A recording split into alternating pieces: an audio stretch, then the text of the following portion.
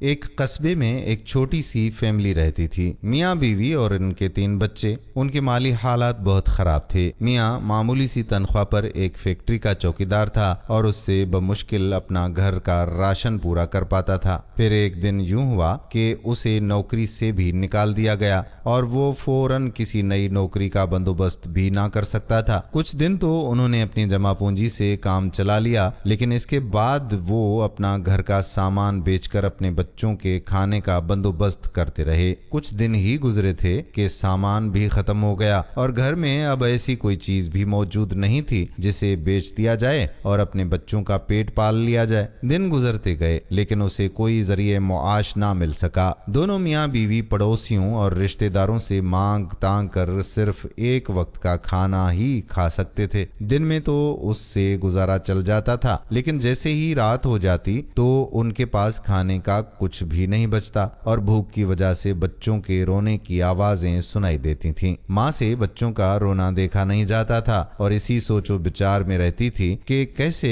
اس غربت سے جان چھڑائی جائے۔ ایک دن اسے پتا چلا کہ فلاں جگہ ایک اللہ کے برگزیدہ بزرگ رہتے ہیں اور ان کی دعا کی برکت سے ہر پریشانی رفع ہو جاتی ہے۔ جب وہ عورت وہاں بزرگ کے پاس پہنچی تو دیکھا کہ سادہ لباس میں ملبوس سفید داڑھی والے بزرگ یہاں پر تشریف فرما ہیں۔ عورت نے انہیں سلام کیا اور کہا کہ بابا جی کوئی ایسا تعویذ لکھ کر دیں کہ میرے بچے رات کو بھوک سے نہ رویا کریں۔ اس بزرگ نے جب اس عورت کی درد مندانہ آواز سنی تو اس کے سر پر ہاتھ رکھا، بولے کہ بیٹی اللہ کی رحمت سے نا امید نہ ہو، وہ سب خیر کرے گا، اور ایک تعویذ لکھ کر اس عورت کو دے دیا اور کہا کہ بیٹی کسی محفوظ مقام پر اس تعویذ کو رکھ دینا اور تمہارا مسئلہ اللہ کے حکم سے حل ہو جائے گا۔ وہ خاتون تعویذ لے کر گھر کو واپس آ گئی اور اسے کمرے میں پڑی ایک بڑی صندوق میں رکھ دیا۔ اگلے ہی روز کسی نے روپوں سے بھرا تھیلا ان کے صحن میں پھینک دیا۔ انہوں نے تھیلا کھول کر دیکھا تو اس میں کافی ساری رقم موجود تھی۔ خاتون کے شوہر نے ان پیسوں سے ایک دکان کرائے پر لے لی اور اپنا کاروبار شروع کر دیا۔ کاروبار میں برکت ہوئی اور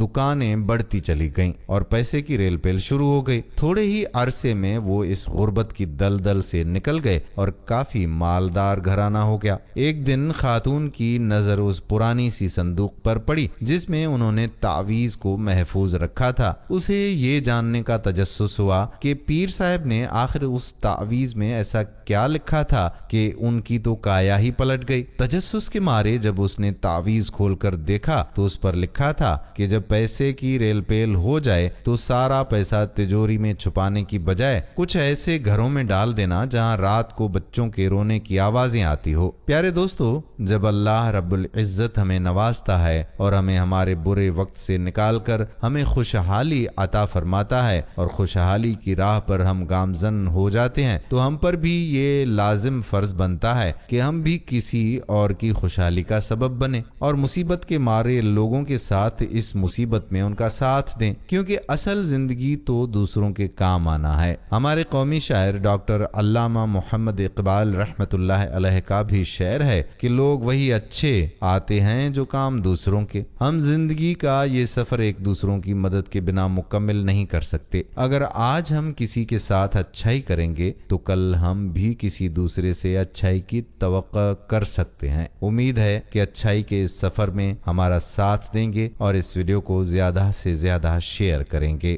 ہماری حوصلہ افزائی کے لیے آپ اس ویڈیو کو لائک بھی کریں، نیچے دیے گئے کمنٹ سیکشن میں اپنے کمنٹس بھی تحریر کریں اور ہمارے اس پیج اچھی سچی باتیں کو فالو بھی ضرور کر دیں۔ آنے والی ویڈیو تک اپنے میزبان قادر بخش کلہوڑو کو اجازت دیجیے۔ خدا حافظ۔